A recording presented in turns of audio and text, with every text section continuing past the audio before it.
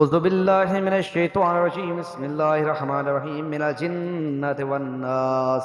من الجنت جنوں میں سے والناس اور انسان، چاہے وہ جنات میں سے ہو یا انسان میں سے۔ قرآن کریم نے سورۃ انعام 112:6 میں بتایا کہ جو شیطان جنات میں سے بھی ہوتے ہیں اور انسان میں سے بھی ہوتے ہیں۔ البتہ شیطان جو جنات میں سے ہے وہ نظر نہیں آتے اور دلوں میں وسوسہ ڈالتا ہے، لیکن انسان میں سے جو شیطان ہوتے ہیں وہ نظر آتے ہیں،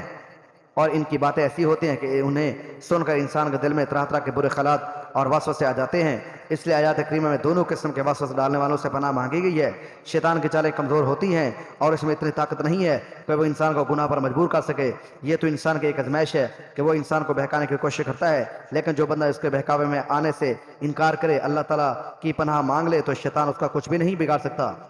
قرآن کریم کا آغاز سورہ فاتحہ سے ہوا تھا، جس میں اللہ تعالیٰ کی حمد و ثنا کے بعد اللہ تعالیٰ ہی سے سیدھے راستے کی ہدایت کی دعا کی گئی، اور اختتام سورۃ ناس پر ہوا، جس میں شیطان کے شر سے پناہ مانگی گئی ہے، کیونکہ سیدھے راستے پر چلنے میں اس کی شر سے جو رکاوٹ پیدا ہو سکتی تھی اسے دور کرنے کا طریقہ بتا دیا گیا ہے۔ اللہ تعالیٰ ہم سب کو نفس اور شیطانی دونوں کے شر سے اپنی پناہ میں رکھے، آمین ثم آمین۔